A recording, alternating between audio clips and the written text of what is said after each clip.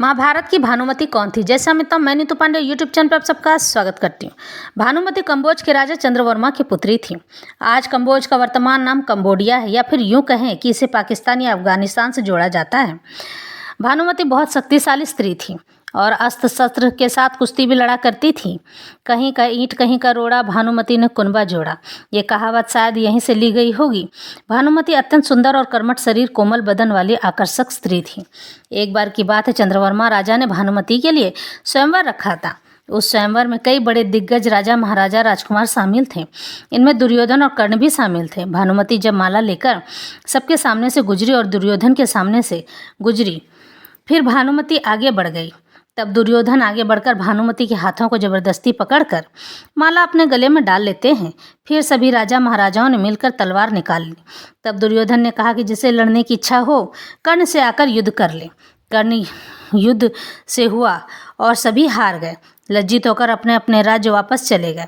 तभी दुर्योधन ने राजा चंद्रवर्मा और भानुमति को सफाई देते हुए कहता है कि मेरे तात श्री भीष्म पितामह ने भी अपने सौतेले भाइयों के लिए अंबा, अंबिका और अंबालिका को युद्ध करके जीता था। इस पर राजा चंद्रवर्मा और भानुमति विवाह के लिए मान जाते हैं। इस तरह भानुमति का विवाह दुर्योधन से हुआ था। कर्ण और भानुमति एक अच्छे परम मित्र बन गए थे। कर्ण और भानुमति एक दिन चौसर खेल रहे थे। तभी भानुमति दुर्योधन के आने की आहट सुनकर उठने लगी और भानुमति के हाथों से मोतियों की माला टूट गई। दुर्योधन ज्यों ही अंदर पहुंचे तो कर्ण वहीं चौसर खेल रहे थे, लेकिन दुर्योधन ने कुछ भी नहीं कहा। यह सब देखकर चुप रहे। भानुमति को लज्जा आई और वहां से जाने लगी। तभी दुर्योधन कहते हैं कि मोतियों की माला उठाओगे या मैं उठा दूं? दुर्योधन ये बात समझ गए।